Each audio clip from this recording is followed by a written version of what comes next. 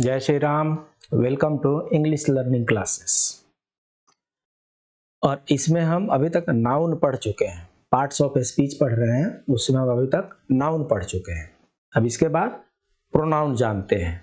देखिए, ऐसा है, व्याकरण एक विधा है और इसको सिस्टमेटिक तरीके से ही सीखा जा सकता है। अगर सिस्टमेटिक तरीके से सीखेंगे तो एक तो सीखने में भी आसानी होगी और दूसरे लंबे समय तक दिमाग में रिटेन करने में आसानी होगी। अगर उछल कूद करके यहां से वहां से वहां अगर हम कुछ सीख भी गए तो एक तो वो सिस्टमेटिक नहीं है, दूसरा वो इनकम्प्लीट है और तीसरा उसका रिटेंशन पीरियड 1 से 2 दिन तक है।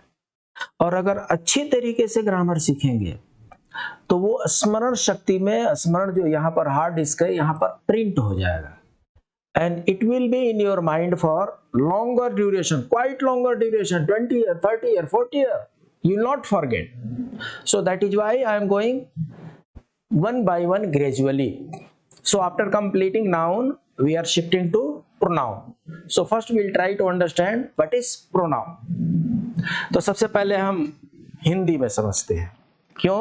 क्योंकि मैं हिंदी से इंग्लिश में ग्रामर सिखा रहा हूं और मेरा पर्पस ये है कि लगभग वो सारे हिंदी भाषी जो हिंदी ग्रामर जानते ही होंगे उनको एक बार याद दिलाते चलते हैं। थोड़ी सी पुरानी यादें शायद ताजी हो जाए और हो सकता है कि कुछ नई इंफॉर्मेशन उसमें फीड हो जाए। और जिनको सब कुछ भूल गए हैं, जिनको याद ही नहीं है, चाहे जो प्योर न्यू लर्नर है, उनके लिए तो ये एक टॉनिक का काम करेगा। प्रोनाउन पर समझने से पहले, सर्वनाम, प्रोनाउन का अर्थ होता है सर्वनाम। सर्वनाम समझने से पहले हमें एक उदाहरण समझना है और उदाहरण यह है, राहुल ने कहा कि राहुल कल विद्यालय नहीं जाएगा क्योंकि राहुल को कल जयपुर जाना है। राहुल के मामा जी के घर जा रहा है क्योंकि राहुल को राहुल की नानी जी से मिलना है। राहुल की नानी जी बीमार है। मतलब 2 सेंटेंस, 2.5 सेंटेंस में, एक सेंटेंस, 2 सेंटेंस और एक छोटा सा है, 3 सेंटेंस में लगभग 10 बार हमने राहुल शब्द की पुनरावृत्ति कर दी। सुनने में कैसा लगा? अच्छा नहीं लगा, अटपटा लगा, कुछ अधूरा लगा, वैसा फ्लो नहीं आ रहा था जैसा आना चाहिए। इसी को ठीक करने का नाम तो ग्रामर है। अब ये जहां जहां राहुल है वहां वहां उस नाउन के बदले हम प्रोनाउन डालते हैं, सर्वनाम डालते हैं और फिर देखते हैं कि इसमें क्या परिवर्तन आता है सुनने में, समझने में, बोलने में। राहुल ने कहा कि कल वह विद्यालय नहीं जाएगा क्योंकि उसे कल जयपुर जाना है। वह अपने मामा जी के घर जा रहा है क्योंकि उसे अपनी नानी जी से मिलना है। उसकी नानी जी बीमार जो हैं। अब देखिए, सेंटेंस वही है, वही 3 सेंटेंस है। इन 3 सेंटेंस में राहुल सिर्फ एक बार प्रयोग में आया है और बाकी समय में क्या है? राहुल ने कहा कि वह, कि कल वह, तो ये वह आ गया, राहुल के बदले यहां पर वह आ गया, राहुल के बदले यहां पर उसे आ गया, राहुल के बदले यहां पर वह आ गया, राहुल के बदले यहां पर अपने आ गया, राहुल के बदले उसने अपनी आ गया, राहुल के बदले उसे आ गया, राहुल के बदले उसकी आ गया। ये राहुल जो नाउन है उसके बदले में जो शब्द आ रहा है उसी को सर्वनाम कहते हैं। इससे क्या होता है? एक तो आप वर्ड के रेपिटेशन से बचते हैं। हो सकता है कि किसी का नाम बहुत बड़ा नाम हो, अब्दुल गनी खान चौधरी, खान गफूर अब्बार खान, गफार खान, इतने बड़े 2-2 हाथ के नाम हो तो आपका सेंटेंस तो सिर्फ नाम लिखने से ही भर जाएगा। तो एक तो पुनरावृत्ति रोकते हैं, दूसरा जहां भी बात करते हैं उसमें समय कम लगता है, तीसरा जहां लिखते हैं वहां पे स्पेस कम लगता है, चौथी चीज क्या होती है कि उसको सुनने में अच्छा लगता है, स्पष्ट लगता है, लॉजिकल लगता है। और इसीलिए जहां जहां शब्दों का रिपीटिशन होता है, जहां जहां नाउन का रिपीटिशन होता है, वहां वहां उस रिपीटिशन को बचाने के लिए हम नाउन के बदले प्रोनाउन लगाते हैं। ठीक है, अब ये एग्जाम्पल हुआ, और एग्जाम्पल के बाद अब हम चल रहे हैं डेफिनेशन में। कह रहे हैं कि जो शब्द संज्ञा के स्थान पर प्रयुक्त होते हैं उन्हें सर्वनाम कहते हैं। स्पष्ट है, सर्वनाम संज्ञा हम सीख चुके हैं। संज्ञा क्या है? किसी का नाम, स्थान का नाम, आइडिया का नाम, भाव का नाम, शहर का नाम, जानवर का नाम, जिस किसी का भी नाम है वो सारे नाम नाउन में आते हैं। वो नाम पर्सनल नाउन, व्यक्तिगत संज्ञा भी हो सकता है, कॉमन नाउन भी हो सकता है, जातिवाचक संज्ञा भी हो सकता है, द्रव्यवाचक संज्ञा भी हो सकता है, समूहवाचक संज्ञा भी हो सकता है, भाववाचक संज्ञा भी हो सकता है। संज्ञा का भेद हमने पहले पढ़ चुके हैं। किसी ने ग्रुप में डाला है कि संज्ञा का कितने भेद होता है, तो वैसे तो उसमें मैंने क्लियर कर दिया है। पुराने ग्रामर के अनुसार संज्ञा के 5 भेद होते थे। संज्ञा के 5 भेद: व्यक्तिवाचक, जातिवाचक, भाववाचक, समूहवाचक, द्रव्यवाचक। लेकिन आधुनिक ग्रामर के अनुसार संज्ञा के सिर्फ 3 ही भेद बताए गए हैं। तो अगर कोई पूछता है कि पुराने ग्रामर के अनुसार कितने हैं, तो 5 है। आधुनिक ग्रामर के अनुसार कितने हैं? 3 है। हम उसको रिपीट नहीं करना चाहते, उसके लिए संज्ञा वाला आप वीडियो देख सकते हैं। तो इसमें क्या हो रहा है, सर्वनाम 2 शब्दों से मिलकर के बना है। सर्व धन आन, नाम, नाम, सर्व धर नाम। नाम तो आपको पता है, नाम मीन्स नेम, और सर्व मीन्स सबका। जो सबका नाम हो उसी को सर्वनाम कहते हैं। राम किसी पार्टिकुलर व्यक्ति का नाम है, श्याम किसी पार्टिकुलर व्यक्ति का नाम है, मोहन किसी पार्टिकुलर व्यक्ति का नाम है, प्रिया किसी पार्टिकुलर लड़की का नाम है। लेकिन वह जो है वो राम के लिए भी आ सकता है, श्याम के लिए भी आ सकता है, मोहन के लिए भी आता है, शोभन के लिए भी आ सकता है, वो राधा के लिए भी आ सकता है, राधा ऋतु के लिए भी आ सकता है, वो प्रिया के लिए भी आ सकता है। सबका नाम हुआ ना वह। तो इसलिए जो सर्वनाम है वो सब क्या नाम है। मोटा मोटी आप ये समझ लीजिए कि सर्वनाम उस शब्द को कहते हैं जिसको सबके नाम के बदले में प्रयोग नहीं किया जा सकता है। अभी मैं बोल रहा हूं, मैं पंडित जी बोल रहा हूं, मैं दुबे जी बोल रहा हूं, जो भी नाम हो, तो ये मेरा नाम हो सकता है। लेकिन जब अपने लिए मैं शब्द का प्रयोग कर रहा हूं, इस समय मैं बोल रहा हूं ना, तो मैं शब्द का प्रयोग कर रहा हूं, ये प्रोनाउन मेरे लिए हो गया। अगर आप बोल रहे हैं तो आप अपने लिए मैं शब्द का प्रयोग करेंगे। अगर आप सुन रहे हैं तो आप शब्द का प्रयोग आपके लिए हो रहा है। आपका नाम मोहन, सोहन, राहुल जो भी हो सकता है। अगर मैं सुन रहा हूं तो मेरे बदले में, मेरे जगह पे आपका प्रयोग होगा, और जिसके बारे में बात कर रहे हैं उसके बदले में वह हो जाएगा। तो यही चीज यहां पर बता रहे हैं कि सर्वनाम जो है सबके नाम के लिए यूज होता है। एग्जाम्पल में दिए हैं कि राधा कहने से केवल राधा नाम वाली लड़की का बोध होता है। सीता, गीता, राम, श्याम सभी अपने लिए मैं का प्रयोग कर सकते हैं, तो मैं जो होगा वो सबका नाम होगा। इसी तरीके से जिससे आप बात कर रहे हैं उसके लिए आप, और जो सुन रहे हैं उनके लिए वह या वे का प्रयोग होता है, वो सबके लिए होता है। तो इस तरीके से हम कह सकते हैं कि सर्वनाम सभी संज्ञा शब्दों के स्थान पर प्रयुक्त होने वाले वे शब्द हैं।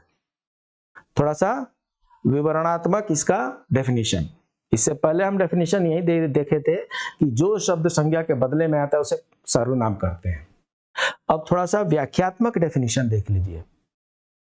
सर्वनाम सभी संज्ञा शब्दों के स्थान पर प्रयुक्त होने वाले वे शब्द हैं जो भाषा को संक्षिप्त और रचना की दृष्टि से सुंदर बनाने में सहायक होते हैं।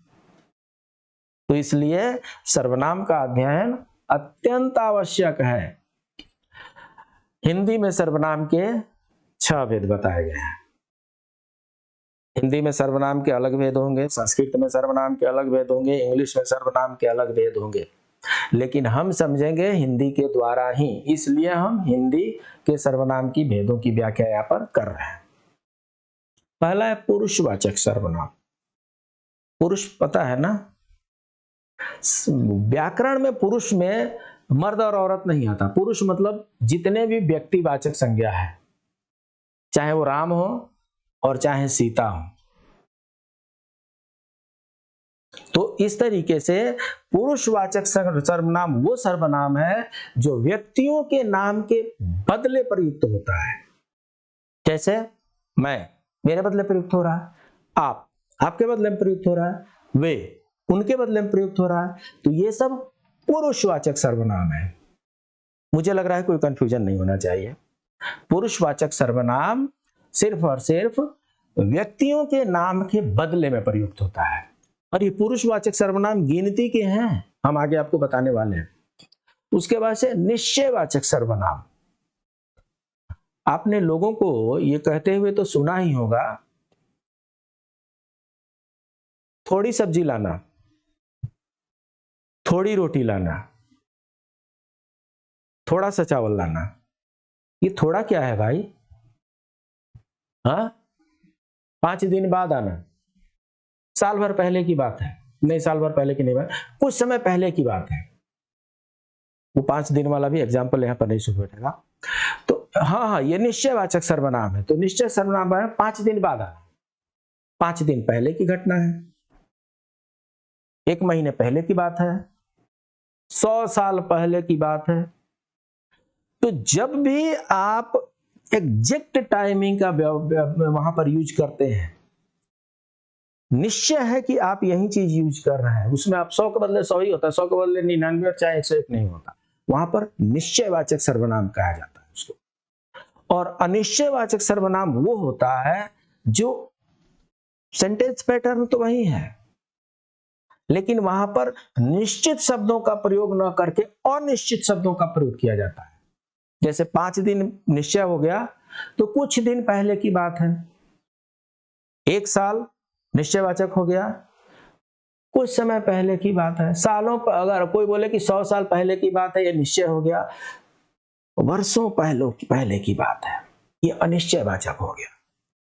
ठीक है, तो जब भी हम ये कहेंगे कि 1 किलो आलू चाहिए, ये निश्चयवाचक सर्वनाम हो गया।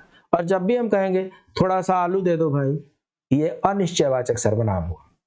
एडमिनिस्ट्रेटिव लैंग्वेज में अनिश्चयवाचक शब्दों से बचना चाहिए। जितने लोग इंटरव्यू अटेंड करने जाते हैं उनको अनिश्चयवाचक सर्वनामों से बचना चाहिए। जैसे ही आप बताते हैं अनिश्चयवाचक सर्वनाम, इसका मतलब कि आप उस चीज के बारे में पूरी अच्छी तरीके से नहीं जानते हैं।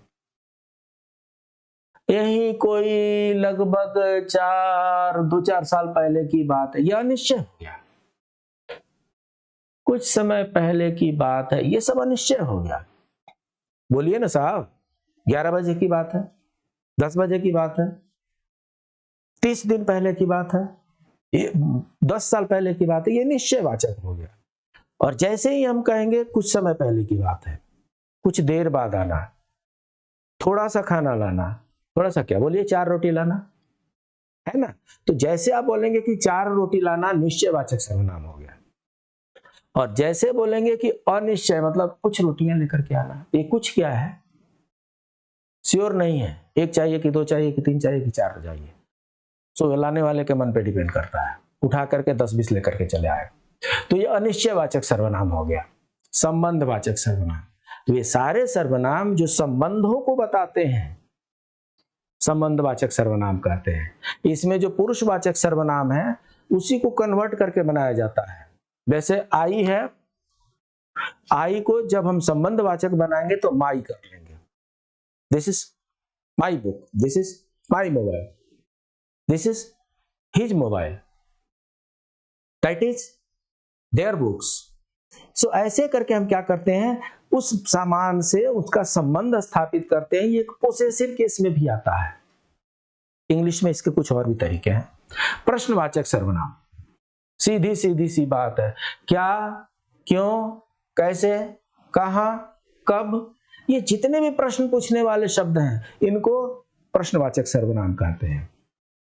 निजवाचक सर्वनाम, निजवाचक सर्वनाम थोड़ा सा इनसे हट करके है, और जब मैं इंग्लिश बताऊंगा उस समय में इसकी भी चर्चा, इंग्लिश में जब हम सर्वनाम के भेद बताएंगे तो उस समय इसकी चर्चा करेंगे। तो अभी हम देख लेते हैं प्रोनाउन की परिभाषा इंग्लिश में क्या है। अभी तक हम हिंदी में जा सीख रहे थे। तो यहाँ पर एक छोटा सा स्लाइड आप देखेंगे। A pronoun is a word which is used in place of noun. Hindi वाले का ट्रांसलेशन तो है, हिंदी में लिखा है सर्वनाम वह शब्द है जो संज्ञा के बदले में प्रयोग किया जाता है। तो इसी तरीके से यहां पर लिखा है कि pronoun is a word which is used in place of noun. Noun के बदले में जिस शब्द का प्रयोग किया जाता है उसे प्रोनाउन कहते हैं। ठीक है जी। एग्जाम्पल यहां पर यह, वे, मैं, आप, हम सब, ये सब लिखा हुआ है। तो संज्ञा के विकल्प को ही सर्वनाम कहते हैं। दूसरे शब्दों में जो शब्द किसी संज्ञा की पुनरावृत्ति को रोकता है उसे सर्वनाम कहते हैं। और जैसे ही आप नाउन के बार बार प्रयोग करेंगे, आप पुनरावृत्ति करें, एक ही शब्द का बार बार प्रयोग करेंगे, पुनरावृत्ति करेंगे, तो उससे क्या हो जाता है, वाक्य की सुंदरता समाप्त हो जाती है, चली जाती है, वाक्य भद्दा लगने लगता है। और यही कारण है कि नाउन के बदले व्याकरण में प्रोनाउन को प्रोत्साहित किया जाता है। तो हमें उम्मीद है कि आज के बाद से अपने नामों को बार बार आप रिपीट नहीं करेंगे। पहले भी नहीं करते होंगे, अब ध्यान से नहीं करेंगे कि अपना नाम बार बार, चाहे किसी और का नाम बार बार रिपीट करना पड़े। एक पहली बार उसका नाम ले लीजिए और बाकी हर बार उसके सर्वनाम के रूपों का नाम लेना है। एग्जाम्पल यहाँ पर बता रहे हैं, Ram is a teacher but does not teach any book. यहाँ पर राम है, बट राम और राम यहाँ पर 2 बार आया है। Ram is a teacher but Ram does not teach any book. शिक्षक तो हैं ये, लेकिन ये कोई पुस्तक नहीं पढ़ाते हैं, कोई एडमिनिस्ट्रेटिव जॉब करते होंगे। तो यहाँ पर तो है कि राम जो प्रोनाउन है, इस राम का यहाँ पर रिपीटिशन हो गया है। अब हम क्या कर रहे हैं, यहाँ पर प्रोनाउन लगा रहे हैं, राम के बदले प्रोनाउन यहाँ पर लगा के देखते हैं। Ram is a teacher but he doesn't teach any book. यहां पर क्या हुआ, राम के बदले हमने ही लगा दिया। राम एक शिक्षक हैं लेकिन कोई पुस्तक नहीं पढ़ाते हैं, है ना। तो यहां पर वह आ गया, राम के बदले यहां पर वह आ गया, इंग्लिश में राम के बदले ही आ गया। और ये ही और वह जो है, यही प्रोनाउन है। आप देखेंगे कि वाक्य में बार बार एक ही शब्द की पुनरावृत्ति अच्छी नहीं लगती है, इसलिए अर्थ के अनुसार, वाक्य के अनुसार प्रोनाउन का प्रयोग किया जाता है ताकि वाक्य बेहतर अर्थ प्रस्तुत कर सके। ये एक प्रोनाउन का आप समझ लिए कि मोटा मोटी संपूर्ण लिस्ट है। इसमें से शायद ही कुछ प्रोनाउन छूटे हुए हों। जब मैं कह रहा हूं कि इस प्रोनाउन को छूटे हुए हों तो मैं आपको बताता चलूं, ये पर्सनल प्रोनाउन ही है। ये पर्सनल प्रोनाउन लिखा है ना, तो ये पर्सनल प्रोनाउन ही है। यहां पर देख लीजिए आप, एक वचन, द्विवचन, बहुवचन है, सिंगुलर प्लूरल है। ये नॉमिनेटिव केस है, मैंने आपको पढ़ाया है केस वाले में इससे पहले, इंग्लिश 8 में। ऑब्जेक्टिव केस है, हमने पढ़ाया है। पोसेसिव केस है, केस में पढ़ाए हैं हम। पोसेसिव प्रोनाउन है, अभी हम पढ़ने जा रहे हैं। रिफ्लेक्सिव प्रोनाउन है, अभी हम पढ़ने जा रहे हैं। ये टेबल अगर आपको याद हो जाए, और ये मुश्किल काम नहीं है, मैं आपको टेबल याद करने का तरीका बताता हूं।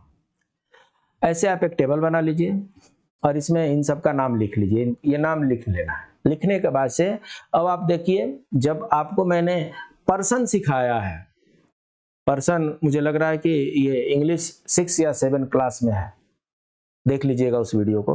तो जब मैंने वचन सिखाया है तो वचन 3 प्रकार के होते हैं, फर्स्ट पुरुष, सेकंड पुरुष, वचन नहीं, पर्सन। फर्स्ट पुरुष, first person, second person, third person. प्रथम पुरुष, द्वितीय पुरुष, थर्ड को अन्य पुरुष बोलते हैं। तो ऐसा है कि ये 3 ही पुरुष होते हैं। तो सीधी सीधी सी बात है, मैं बोल रहा हूं, जो बोलता है वो प्रथम पुरुष है। इंग्लिश में जो बोलता है वो फर्स्ट पर्सन में आता है, जो सुनते हैं वो सेकंड पर्सन में आते हैं, और जिनके बारे में कहा जाता है वो थर्ड पर्सन में आते हैं। जब मैं कहता हूं कि इंग्लिश में, तो क्या आपको ऐसा लगता है कि दूसरी भाषाओं में ये पर्सन ही चेंज हो जाते होंगे? जी हाँ, चेंज हो जाते हैं। संस्कृत एक देव भाषा है, और देव भाषा में हम अपना वैल्यू कम देते हैं और दूसरे का वैल्यू ज्यादा देते हैं। और इसको हम कहने का मतलब ये हुआ कि हम दूसरों का सम्मान ज्यादा देते हैं, इसीलिए तो संस्कृत को देव भाषा कहा जाता है। तो संस्कृत में फर्स्ट पर्सन जो होता है वो वह होता है, सेकंड पर्सन सेम, और थर्ड पर्सन मैं हूं। मैं अपने आप को सबसे आगे कैसे कर सकता हूं? तो इसलिए संस्कृत में ये फर्स्ट का थर्ड और थर्ड का फर्स्ट होता है, सेकंड एडजेक्टिव रहता है। अभी हम इंग्लिश और हिंदी सीख रहे हैं, तो जितने लोगों को इंग्लिश सीखने की लालसा है और जो भी हिंदी जानते हो, ये टेबल याद कर लें। फर्स्ट पर्सन में सिंगुलर में आई होता है और प्लूरल में वी होता है। फर्स्ट पर्सन खत्म, इतना ही है। फर्स्ट पर्सन में आई और वी, दो, फिनिश। सेकंड पर्सन में सिर्फ यू होता है, यू सिंगुलर भी है और यू प्लूरल भी है, तीन हो गए। थर्ड पर्सन में जब आप जाएंगे तो ही पुरुष के लिए और शी स्त्री के लिए, और इट जो होता है इनएनिमेट के लिए। इतना हो गया 5, और उसके बाद से प्लूरल में दे होता है, फिनिश। जी हाँ, पुरुष में इतने ही होते हैं। फर्स्ट पर्सन में आई और उसका प्लूरल वी, सेकंड पर्सन में सिंगुलर और प्लूरल दोनों में यू, और थर्ड पर्सन में ही के अगर पुरुष के लिए, नहीं तो ओब्लिक शी स्त्री के लिए, और उसके बाद से इट होता है इनएनिमेट के लिए, निर्जीव के लिए, और उनका प्लूरल दे होता है, फिनिश। इतना ही होता है टेबल जो है प्रोनाउन का। अब इनके जो डेरिवेटिव है वो डेरिवेटिव ये है कि जब ऑब्जेक्टिव केस बनाएंगे तो आई का मी हो जाएगा, वी का अस हो जाएगा, ही का हिम हो जाएगा। जब पोसेसिव केस बनाएंगे तो लगभग ये सेम रहते हैं, थोड़ा सा बदलता है। क्या होगा? आई का माई हो जाएगा, माई। इससे पहले मी था, मुझे। मी में देखिए, इसमें हिंदी का अर्थ भी हमने दे दिया है सो दैट आपको समझने में आसानी हो। तो सब्जेक्टिव केस में मतलब सब्जेक्ट, ऑब्जेक्टिव केस मतलब ऑब्जेक्ट, पोसेसिव केस मतलब रिलेशन, संबंध। तो इसमें आई हो गया, मी हो गया, माई हो गया, वी हो गया, अस हो गया, आर हो गया, you your, you your, he him his. ये एक टेबल है जी। और ऐसी बात है, इसको तो याद भी नहीं करना है।